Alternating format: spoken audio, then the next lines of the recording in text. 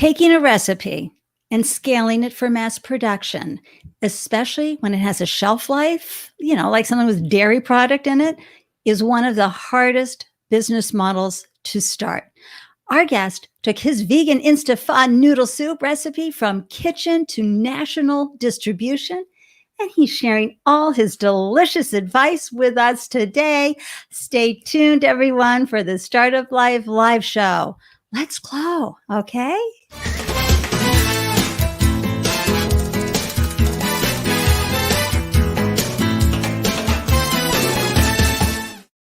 Hello, everyone, and welcome to the Startup Life live show. I'm your host, Ande Lyons, 4 times founder and startup champion to founders around the world. And after raising 4 businesses of my own, I now share founder startup stories to help newly minted business owners find the solutions and inspiration they need to succeed.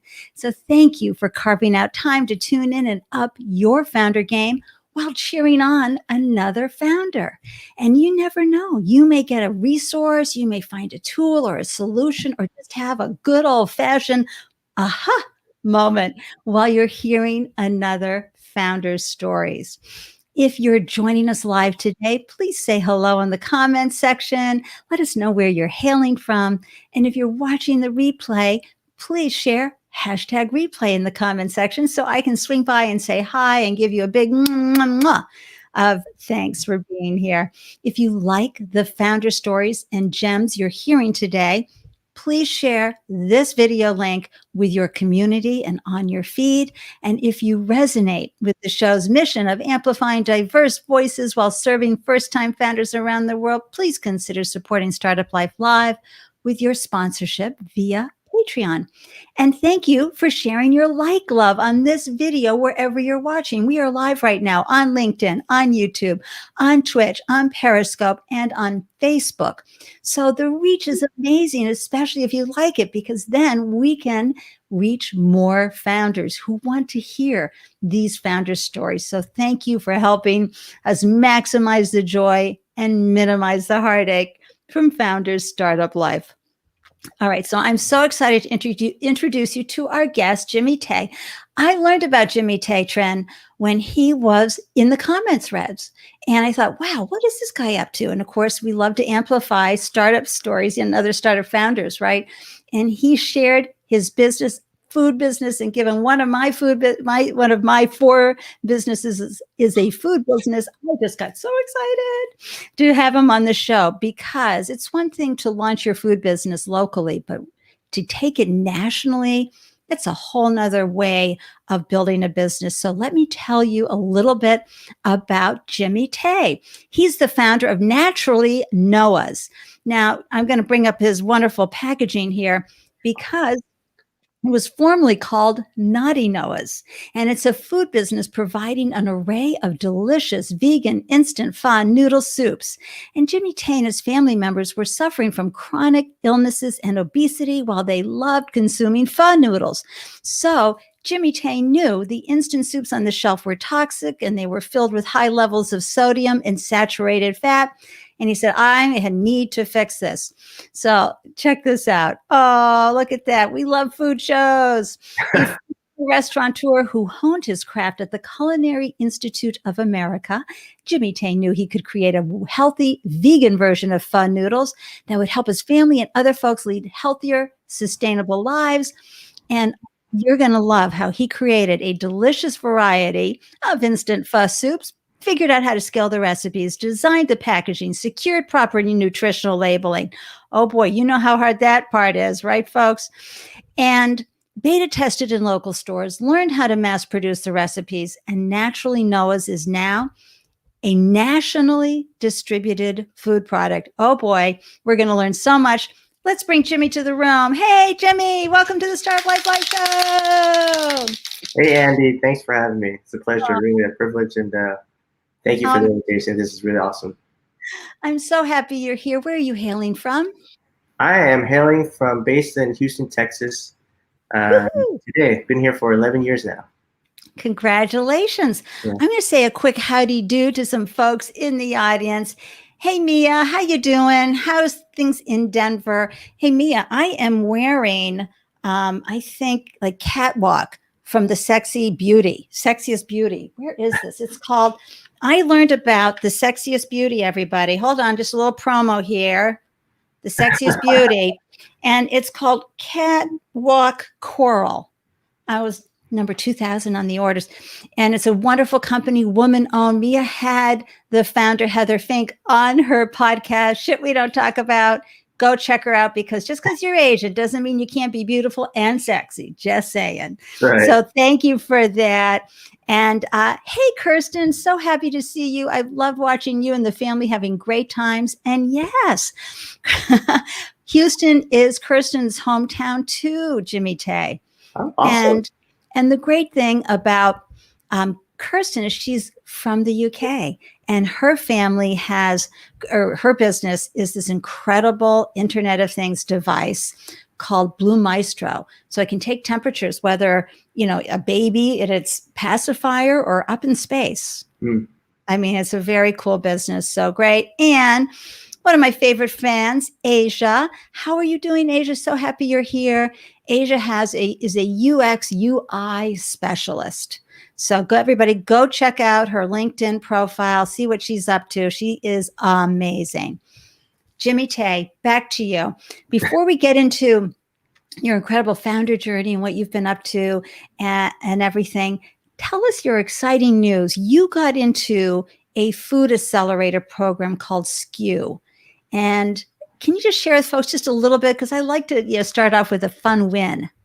Sure. So SKU is the first consumer products accelerator in consumer product packaged goods, based out of Austin. And I'm going to bring it back about 5-6 years ago when I was doing R&D for Naturally Noah's, formerly Naughty Noah's. It was 2015, I believe, and I'd applied for SKU at the time. I didn't have any package. I had just a mock-up.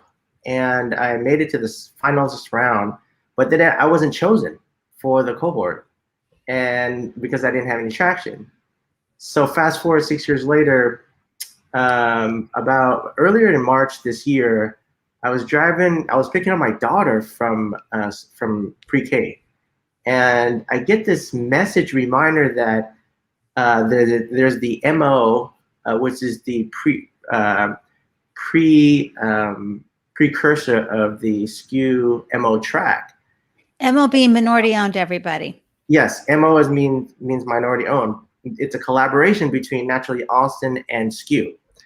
So I get this reminder, I'm like, what the heck is that? And next thing you know, it hit me. I'm like, oh shit, it's the MO program. I'm like, oh crap, we made it, right? We got selected out of 70. There's 72 brands, and we were one of those. Wow. So we go through a 10-week course on financials, right? And then after that is getting, applying for SKU, and then being accepted. And there's, criteria. And so there's a very small selection. Only 10 brands out of 72 get selected, and you're one of those. So that's how it happens. Come on, everybody, let's give a big cheer for JimmyTay. I tell you, when you get into an accelerator program, and you didn't have to pay to be in this, right? Correct. No revenue share, no equity taken. Yes. I mean, it was just phenomenal. I mean, I've been through accelerators before. Right. 2 other ones. Food focused? FoodX in New York. Yeah. Mm-hmm. FoodX in New York, and then Founder Institute, which they launched in Houston last year. Nice. It's just been like a twirl of accelerators. Yeah, when you can go into get accepted into an accelerator program, you're usually assigned at least 1 or 2 or 3 mentors. I got 4. What?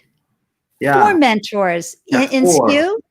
4 in SKU, and by which last Friday, we are the co-founder of SKU, Sherry Wessler.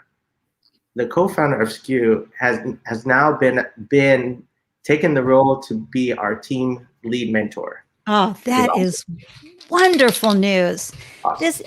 It's so helpful. Even if someone has never been in the food industry, they bring their expertise, viewing your business and seeing things that they know operationally, marketing, biz dev that Yeah. you just don't know. Or also, they have an incredible network that you can tap into. I Mhm. love accelerator programs, something fierce. It's a great learning opportunity, especially when it's free.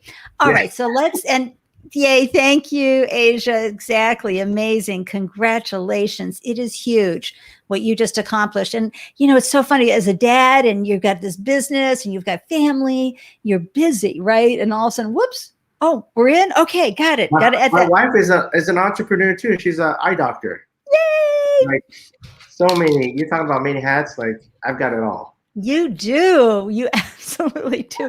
Partnering too. I always said to my husband, we can't have two entrepreneurs in the family. Someone's got to be on guaranteed payroll. So hard. Well, we're one of those 1%. Yeah, absolutely.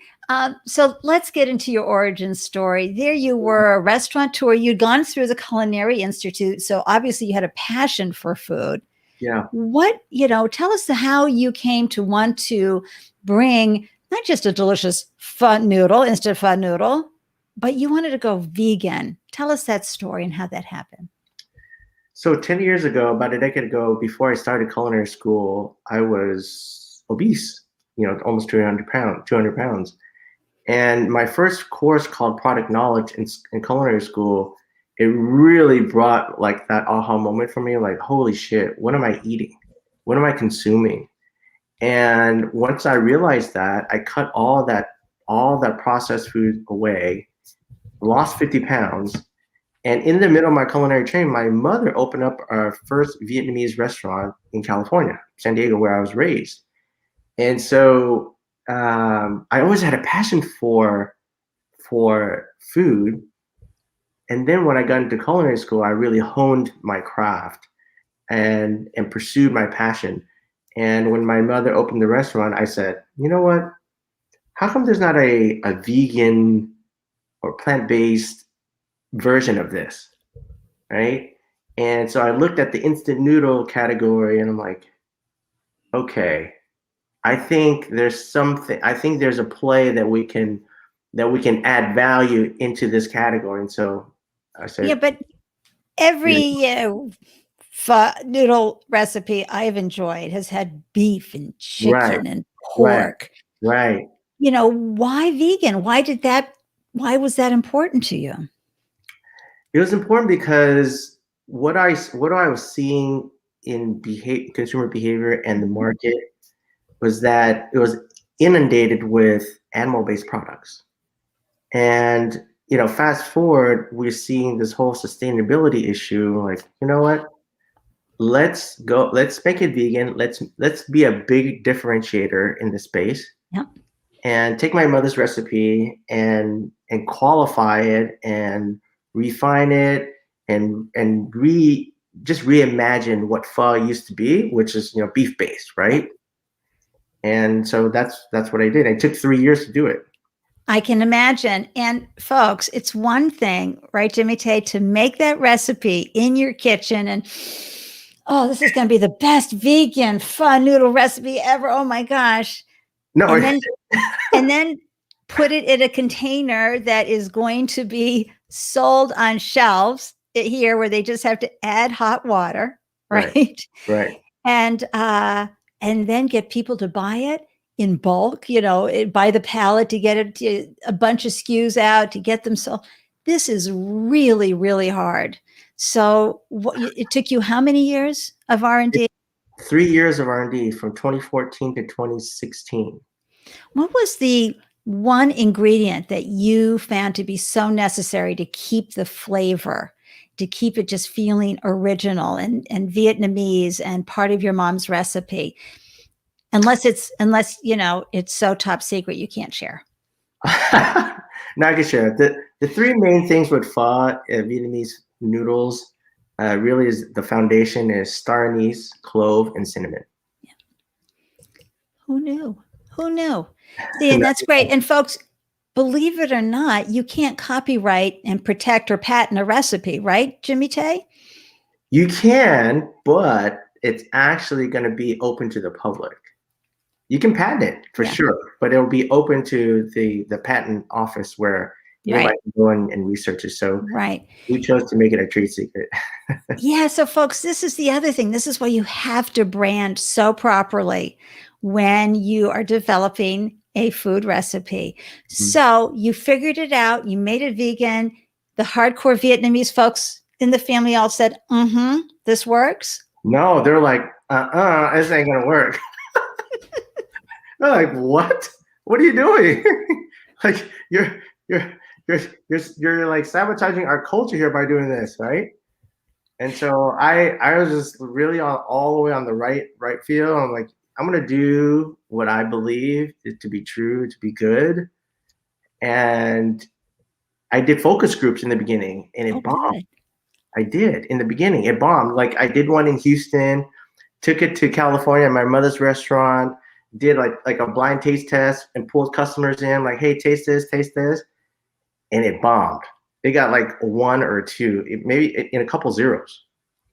So I went back to Houston, revised the recipe, and then on the 3rd try, went back to California and did the same focus group, just pulled random people, had competitors and our noodles there, and it got a 70% lift. And that's when I knew, okay, the recipe, I got it right. The noodles right, the flavor right, everything. Excellent. And so can we just say congratulations for, this is the number one reason most businesses fail, everybody, is proving your value proposition, your hypothesis that people are going to want a vegan instant pho noodle soup. All right. And taste was everything, appealing especially to the Vietnamese community who are going to be your toughest tasters, right? Oh, yeah. I mean, I actually didn't focus on the Vietnamese community because they're so used to the traditional stuff. Okay. What I went mass market, to the greater American public. And I knew that Americans, everybody in America loved Vietnamese food, especially pho noodles, because it's so satiating, so healthful, so tasty, so light. And the number one thing is it's well balanced. Because of the carb and what? Why is it well balanced? You have a combination of healthy fats. So in our noodles, we have avocado oil, coconut oil with our skews. We have our simple carbohydrate of rice noodles, right? Gluten-free rice noodles. And then you have your spices. You got your aromatics. You got your antioxidants. You got your polyphenols. All those healthful, nutrient-dense ingredients. And that's why it's well balanced. Beautiful. And I also love the fact that it was important that it be sustainable. Talk a little bit about that, because not everybody understands the amount of water and other carbon generating stuff that has to happen to get our meat products made.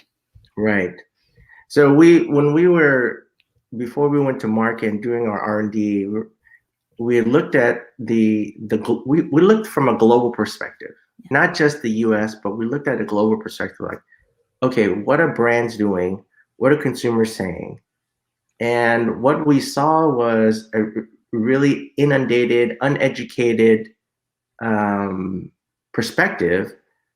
And what we did was we said, okay, if we're going to do things at scale, then let's make it sustainable as best as we can.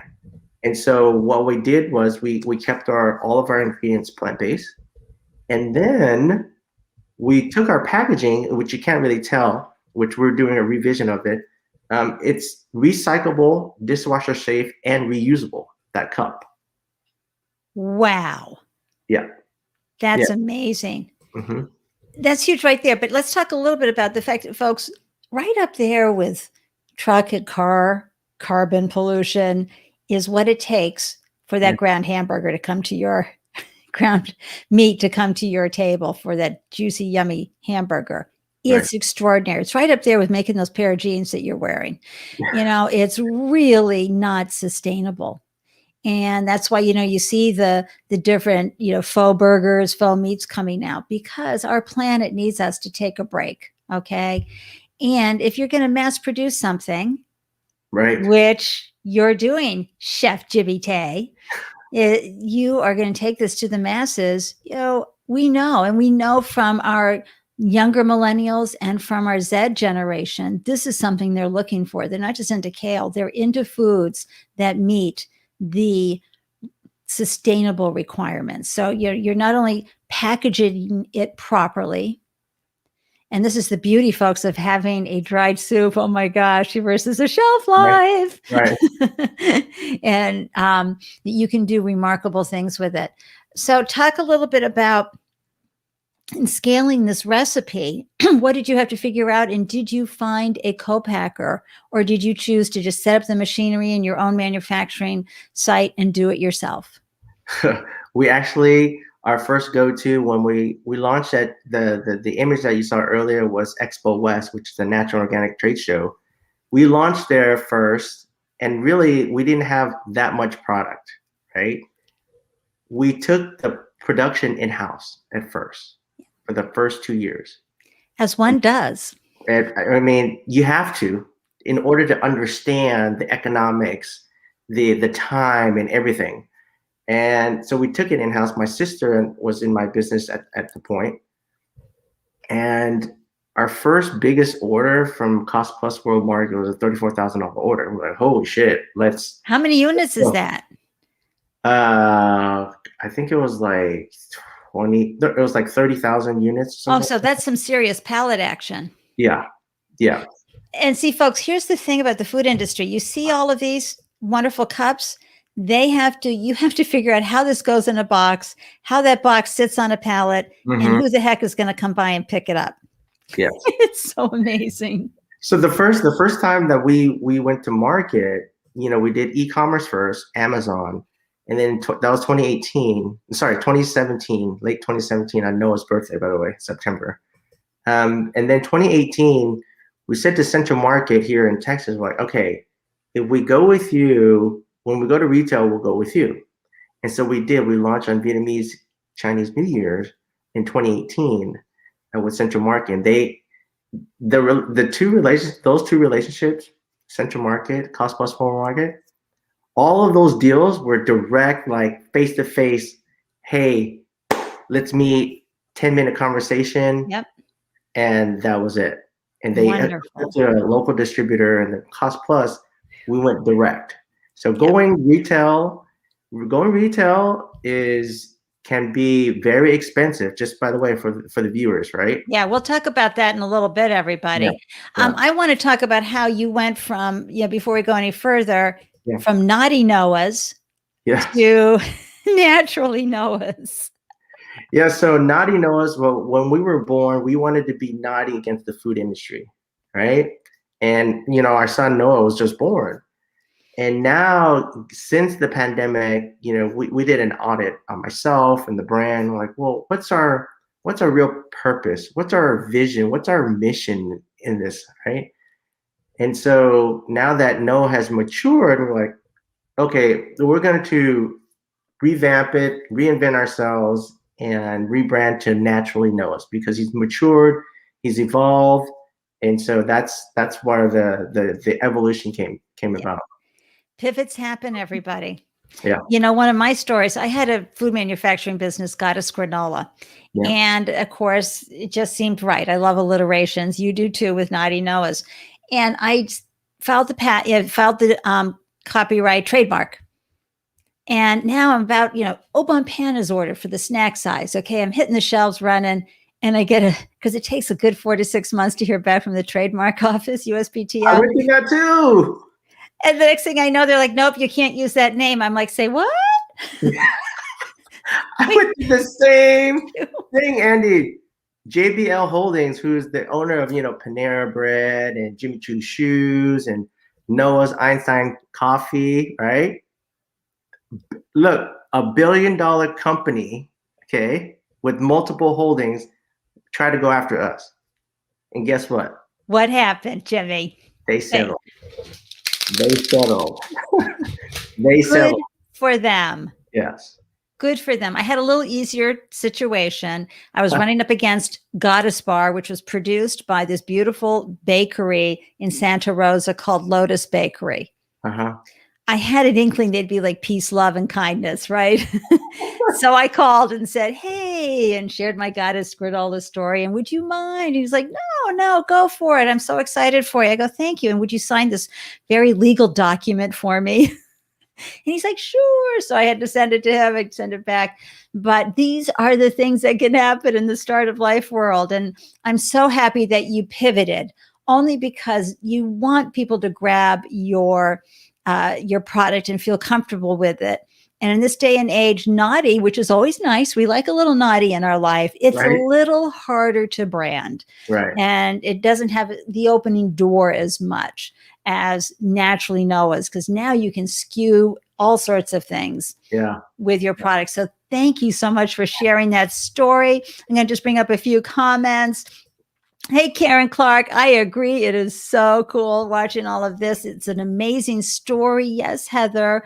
Heather has an amazing practice. She does energy work, and she also has a ranch called Wild Hair Ranch, WR.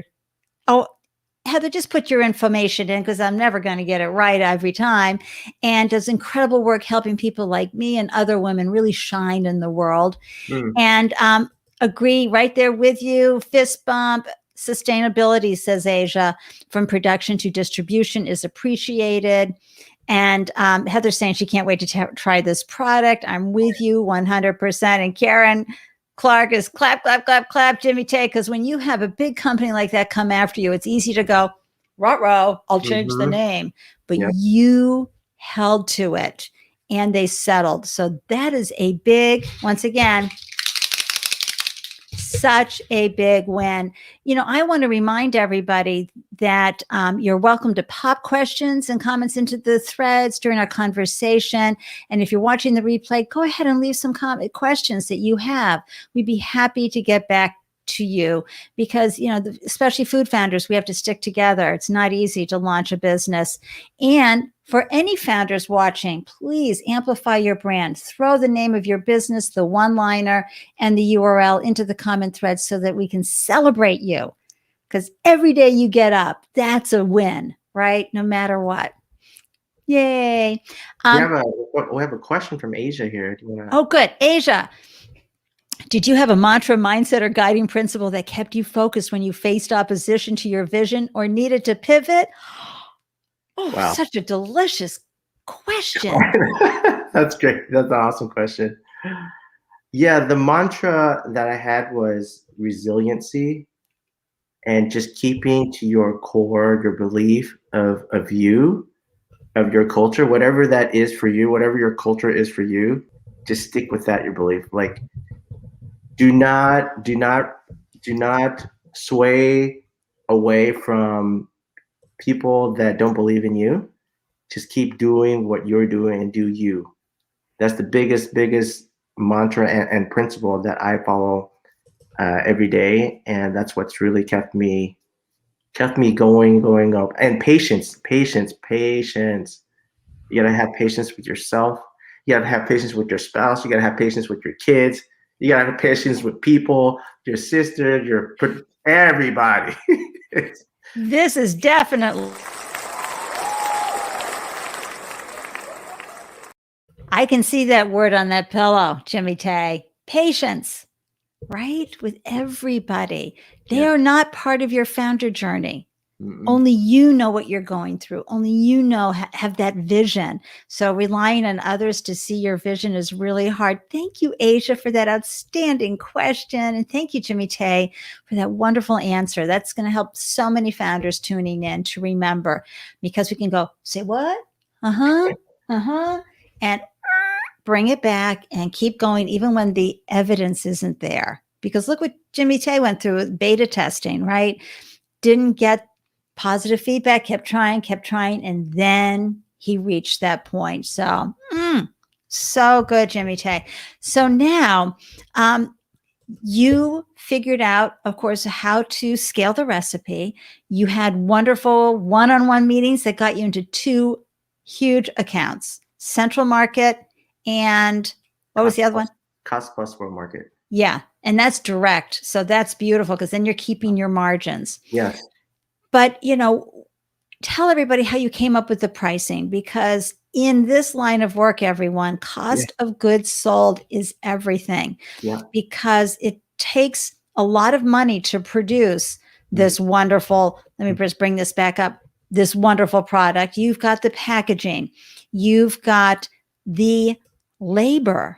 Okay, things fall on the floor. You're losing product. You have shipping. You have to put all of that into consideration, right, JimmyTay? And then you have to price it so that you have some kind of margin left after distributors. So if you're going to be in a Central Market or a Whole Foods, you're going to get a big distribution company that's going to say, yeah, we can drop that off and it'll be 30% for us. Thank you. And then when it gets on the shelf, what's the retail price margin right now in today's world, JimmyTay? So at Central Market and Cost Plus World Market, we were priced at $4.99. Like we looked at the category and we're like, okay, let's be either the second or the top, because we knew, one of the learnings that I had was you could price your product as high as you can, but then you can always lower it. Okay. If you price it mid to low, you increase it, that's a no-no. So what we did was we just like, what the heck with it? We're just gonna go to the top tier and see how the velocity is. And we had 6 feet of shelf space at Central Market. We were doing well there. Our margins there were about 30. Where were you on the shelf? Because he could have been on the bottom. Yeah. Where were you on the shelf? But we were on the second to the bottom shelf on aisle 5. Okay. But we had 6 feet of space, but we were actually repositioned. We were in the Asian set for a little bit. Yeah. And then I went to the store like a month later, and then we were in the better for you, like noodle kind of soup area. So you were up against Top Robin in there? No, because that's not better for you. You know what? Actually, Central Market is known for having indulgent, items from all over the world.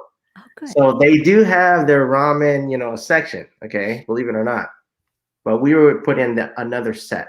So just pay attention to the category. Like I wouldn't, when you go in and you price yourself, don't worry so much about margin. Like have it in mind, but don't worry so much about margin, because when it goes through distribution and then the retailer, you're going to be at 20% anyway. The main thing is you want to get velocity in sales. That's what you want to pay attention to in the category. Okay, foodies, food founders, and anybody who has a product going on a shelf, take that in. Now, what requirements did Central Market have for you as far as shared advertising, marketing, returns, things like that? We had a very low budget. So what we did, instead of paying all the trade spend or promotions, I did the demos. I went out and did demos in Houston, in Dallas, Plano. So those were our promotions.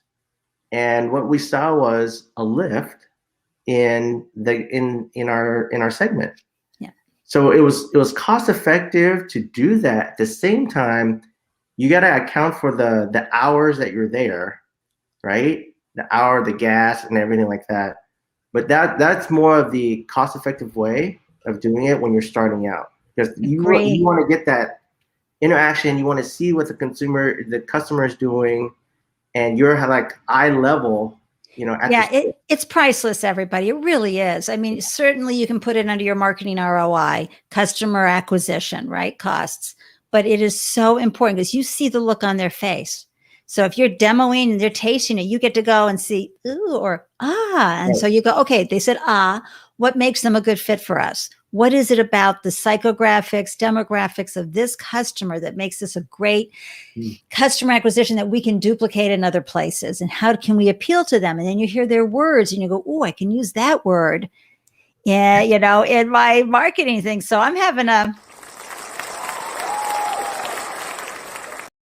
That's an Andelicious moment. Okay. You know, Because I wouldn't recommend if you're starting out to go retail first. I would do e-commerce and farmers markets first, test the waters out for a good 6 months to a year. Once you get that, bring that data, bring that to the local grocery store, then get in there and try to do direct. Don't go through distribution, do direct. Do that for another 6 months, a year. right. Have patience and do that for a good 2 to 3 years. Then you can go national. Go local, That's right. hyper local first. Okay, and I know my local foodies are watching, and that includes you, Goody Crunch Goddess founder Hamdallah. You know, she's got a wonderful vegan dessert. It's just amazing, called Goody Crunch. Anyhow, so you figured out a lot of these important details along the way, which is to continue to get all of this information. But how did you pay for this over these years as you built up the SKU, you built up the recipe, you built up your food business? Was it from selling locally? How did that happen? Or did you get investors? It was all family investment. We invested my first investment was from my mother after the third focus group that I was doing. She saw that we got a lift and she said, okay, how much do you need to start this thing? I said, 50,000. So then in 2017. Yay, Mom. Thank you. Thank you. So all in all, we invested 300,000 into our business, from family and friends, right? And then in 2018, when we got into FoodX Accelerator, we got venture capital money from SOS VC, which is the second top tier like venture capital in the world as far as like activity. Wow. And do they focus on food only? Food technology, food tech. Okay. Yeah. Yes. Oh, that's wonderful. And you know, we gave up 8% equity for that. Yeah. It's a convertible note. At the same time, I knew going in there that I wanted to get on the map, right? I wasn't really concerned about equity. I wanted to get on the map with the big players. And so that's what I did in 2018 in New York. I was traveling back and forth for 3 months, that accelerator. Yeah. And then in 2020, you know, when the pandemic hit, we got accepted to Founder Institute. That is a real game-changing accelerator. It's not about the product. It's not about the business. It's about the founder. So this is all part of, Founder Institute that we all know from Adeo Rossi, right? Yes, exactly. We have a wonderful Founder Institute here in Boston. I know. Wow. Yeah. Adeo's story is amazing. I mean, he's has had one success after another, but in his humility and humbleness, right? He went out and said, okay, I'm a rare case. Let me see how I can help other founders make it through. Oh, that's great feedback. I'll tag him when I share this. Yes. That's wonderful. And so you got the money in. Congratulations, because folks, launching a food business, it's great to get all that information from the local farmers group and to get in our case, Market Basket does wonderful regional support for our new foodie founders here in our area. Mm-hmm. But it's just not enough. You need to get the money in because you always need to be developing. When did you find a co-manufacturer? And I got to tell you, it's right up there with finding a good investor. It's like a marriage. So we did our co-pack. We did our production for 2 years. Yeah. In 2019, I'll give you a hiccup story here. 2019, we moved our production to a co-packer in Dallas, and our noodle spec didn't come out right. I wanted the noodles to be a little thicker for better texture, and so that's the feedback that we were getting. We got the noodles, and it was like it wasn't hydrating quick enough, and it was thick, but it wasn't hydrating quick enough. So we moved that out, and then we went back to our original co-packer, SOS Co-packing Solutions in LA. And she's great. She's half Vietnamese, a quarter German, quarter Irish. And, I met her in 2015, but we didn't work together. And now I'm considering her to be my co-founder. Yeah, that's ideal. Yeah. Absolutely ideal.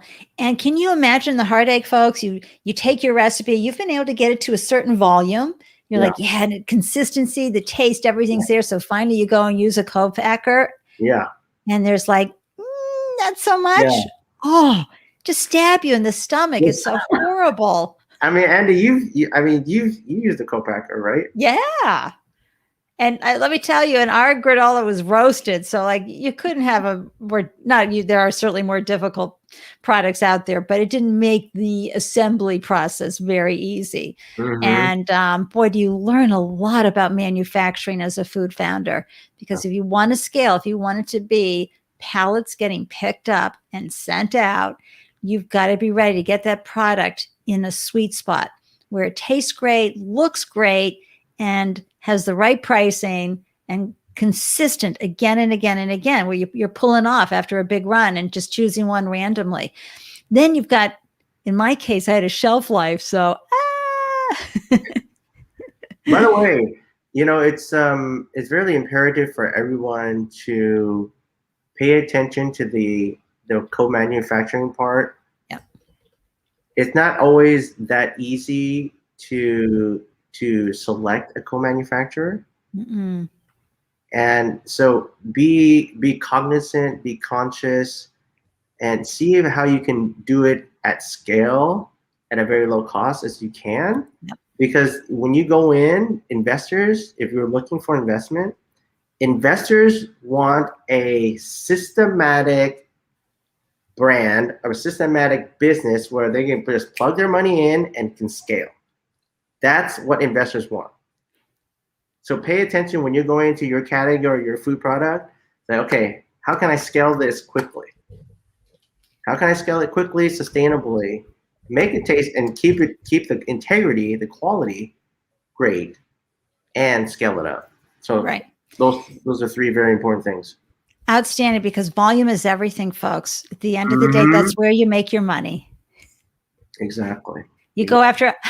When I was first starting my food business, JimmyTay, I was talking to a guy who understood about getting product out. He goes, look, Andy, you're going to go after the masses, or you're going to go after the asses. The masses, you're going to price this way. If you're going after the individual asses, you're going to price that way. I was like, oh, okay. Yeah, and by the way, now that we can go, full scale, I mean 20-foot, 40-foot container loads. Yeah. We're reducing our cost of goods down to $3.49, which is our sweet spot. Because we saw a lot of velocity, at that price point, when we did some promotions. So being at the top tier and then promoting it down, we saw our sweet spot is $3.49, and then we're launching our family pack soon to come out later this year. Very excited about that. Yeah, for family. So it'll be. And folks, when you go and visit Naturally Noah's, okay, check it out, because you'll see. This is, of course, the original beast, but oh my gosh, they have so many playful names, okay, for, the victory veg and the chicken what? The chicken what? And then the holy hot pepper. I mean, come on, it's so much fun to be playful with your names.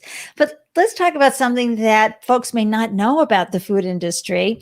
Yeah. First of all, I just want to, bring in a quick thank you, Mom. Karen Clark, thank you for that. We want to thank Mom again for putting the money in and voting for it so wonderfully for her son. That's awesome.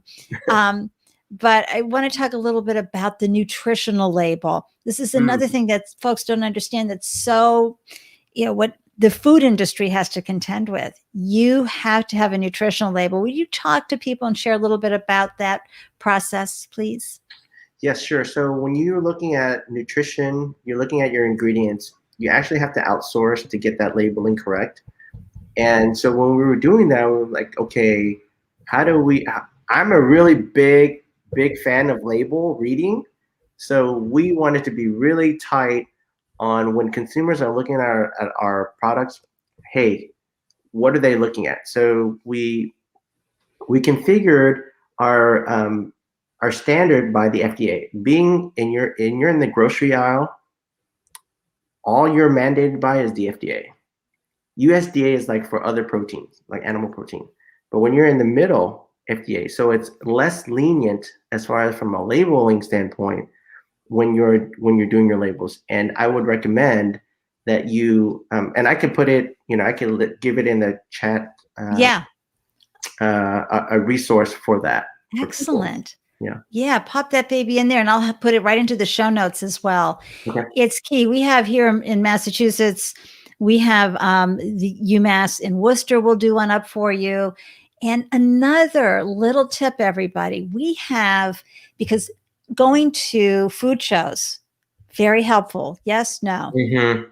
Absolutely. Yes, going to food shows can be expensive as well, but you got to be like Expo West and Expo East or Fancy Food Show, which is focusing on natural and organic products.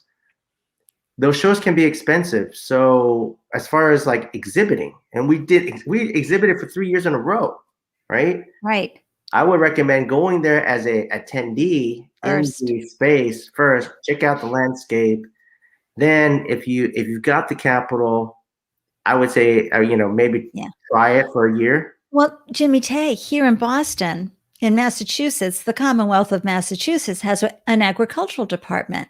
Mm-hmm. If you're a small business owner of a food company, they will offset the cost of exhibiting at the big ones, like at West, National Products West or East, or at Fancy Food. Mm-hmm. You can either go to where they're grouped together and pay just significantly less, or they'll give you a discount, help you get that discount, which, this is part of the, check it out. Check out what your state offers to help you, the new food founder, get a break, right? Because it helps them as well and helps the state. Another good resource for that is the Small Business Development Center. Yes. Every city has that. Thank you for bringing that up. Utilize that. It's free. Oh, it's free. It's amazing. Ours again is in Worcester, and it's phenomenal, everybody. So find out what your state is offering. Hey, Asia, thank you for hopping on to Naughty Noah's, actually Naturally Noah's now. Your health is your wealth. Asia saying, I love your tagline.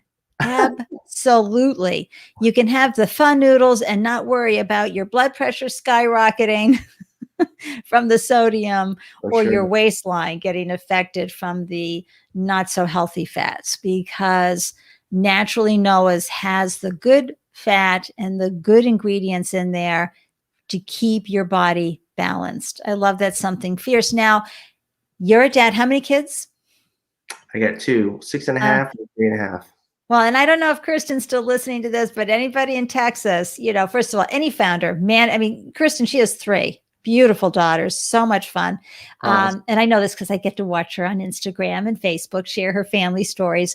But you managing life, you've got your mom's new restaurant started, you've got your wife with her optometrist business, and now there's you getting ready to launch, and then Hurricane Harvey hits. And what stage of pregnancy are you and your wife at with your second child? Or is it first? My wife was, when Hurricane Harvey hit in 2017, Mila was born in August 26, 2017.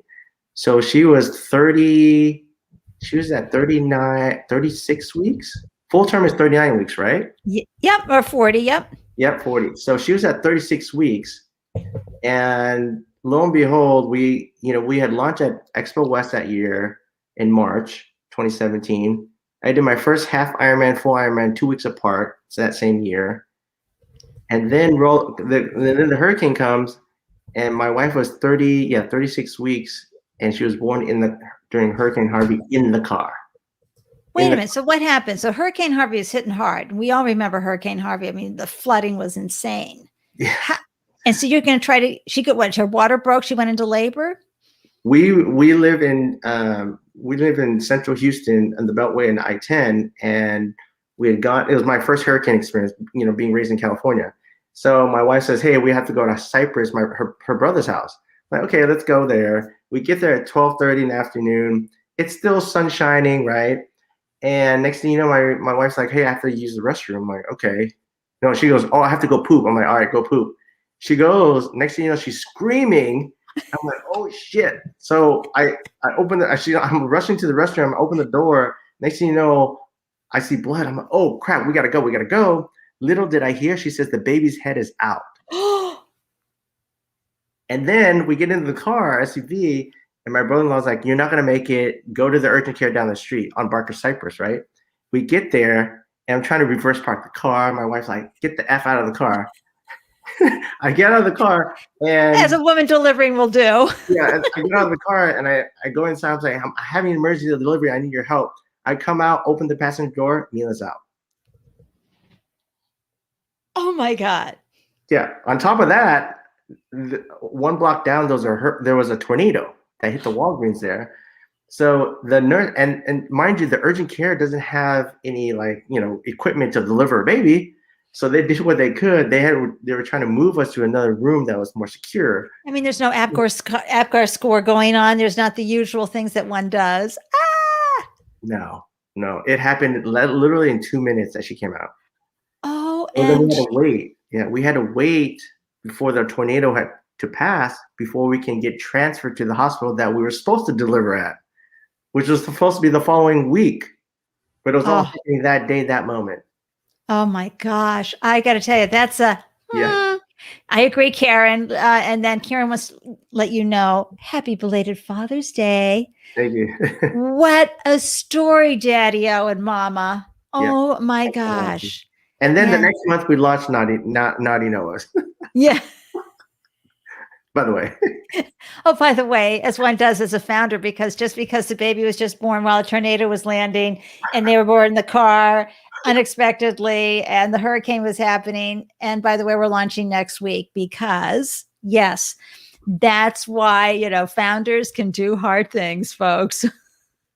My goodness. That's amazing. Speaking of hard things, what hard thing are you working on right now and how may the Startup Life Live community add wind to your sails, JimmyTay?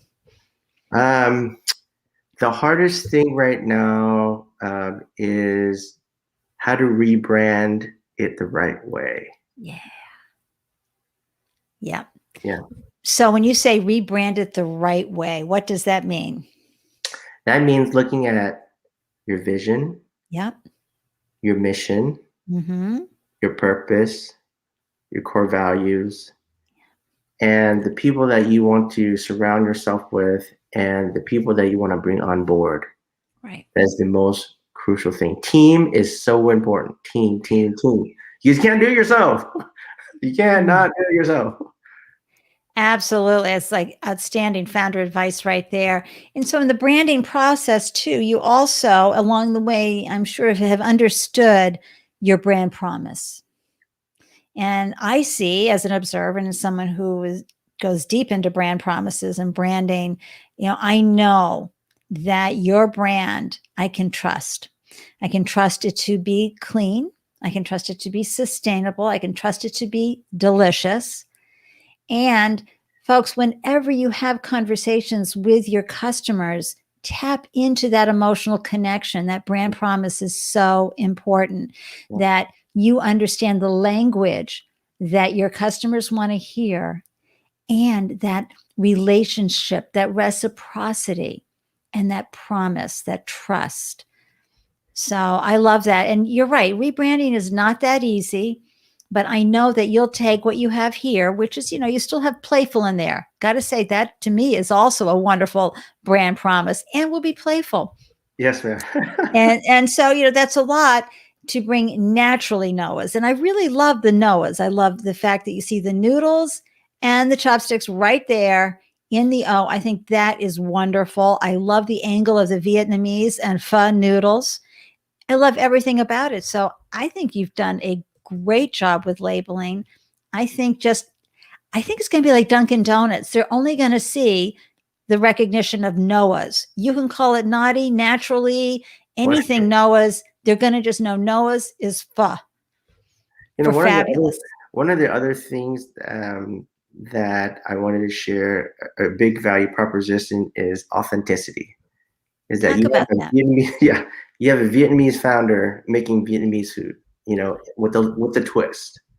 And so I think that's very important for all the founders especially in the food or any type of business, is being authentic and true to yourself and your culture is important. That will bring you the long haul, the marathon, that the journey that you're on. So that's really important. That's beautiful. That's a great piece of founder journey advice. Thank you for that. In whatever we do, because it's coming from a better place, in my opinion, that level of authenticity. Right. And because you're so authentically involved and passionate with what you're bringing out to the world, it'll help you get through those nights when you're sleeping like a baby, waking up every 2 hours and crying. Right? Absolutely. And that's what, or like last night, waking up in the middle of the night because your daughter peed in her bed. Yeah. Parenting, it's not for, it requires a lot of courage, and it will stop you in your tracks. I don't care how old they are, folks. Yeah. They can be, 600 months old. There's still going to be, there's always going to be something. And Karen, you are so right. So right. You can't do it yourself. We had Elaine Fluker on back a few episodes ago, and she was talking about get over, I got this. No, you don't. You need to get folks on board and galvanized to help you. Who are your team members right now, JimmyTay? I have a minority partner. He came on very early on. Yeah. Who's been in the CPG space, consumer product goods space, for a long time. Good. And then I have my venture capital investor on board, and now I have 4 mentor advisors on board that are my brain trust in this. So I would recommend, it's really tough. Don't go into business with your family. That's for sure. That's tough. Don't do that. Don't do that for whatever the cost is. Don't do that. I've seen other people, and I currently have a colleague now, has her father in the business, and it's tough. Yes. It's so tough. Listen, my husband and I, we did the .com together. After that was all done, we had someone live in to help heal our relationship. Yeah. We didn't want to lose it, but boy, you can, because of just the high level of uncertainty in a food business. You got to have the observers supporting you, not the ones who care about so much. Let your family members love you for who you are, and who you be in the world, and trust the other team members to make sure you show up as the founder of your business. Does that make sense? Yep. Yeah. Yep. So, Chef JimmyTay, how has entrepreneurship served you both personally and professionally? It's served me really great because I was in corporate, for not a very long time. I was always a self-entrepreneur with my mother and her business before. It's given me really the freedom to do things that I want to do, and to have the time to raise these children. That's the most important thing. Being with family is first and foremost the most important thing. And then having the freedom to do what you're passionate about is so important.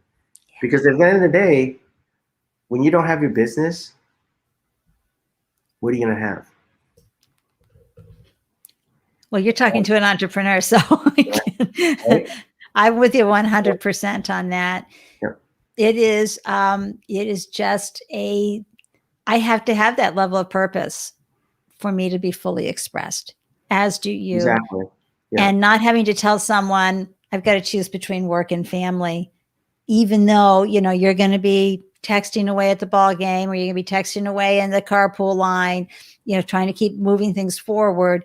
You just feel a little bit more under control of how your day looks and your life works when your business, in my opinion, when you're running the business. Even though we all know your investors are the boss of you, your customers are the boss of you, your vendors are the boss of you.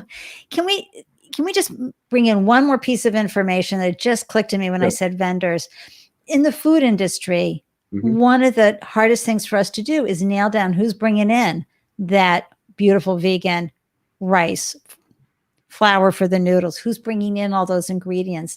Can you talk just a little bit? I know it's way at the end here, but I just want to get this one more piece of information out to folks. How did you find your vendors that provided you with the right quality food? You actually have to seek it out, and you have to go through many trials, through different trade shows. The person for our rice noodles, it was actually introduced to me through a friend, Wow. a local person here. Okay. Then I was introduced to another vendor at the trade show. And so it's all about relationship building. Yeah.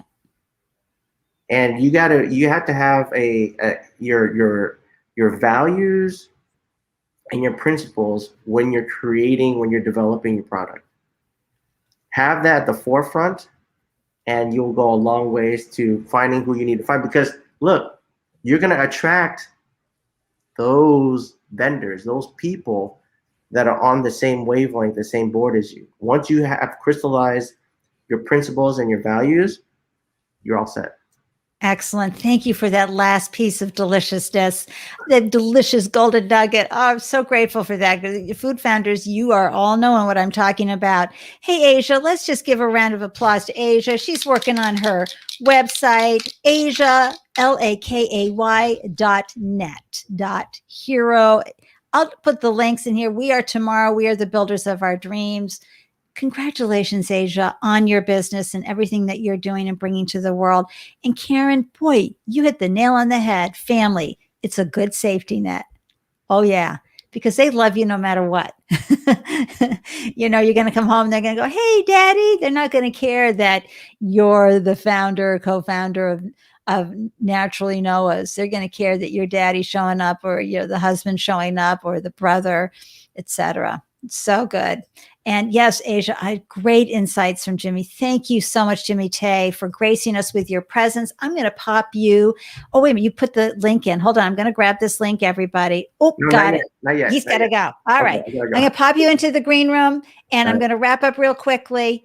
Okay. And thank you. Thank you. You're welcome. You're welcome. My pleasure. Oh, good. Thanks so much for joining us.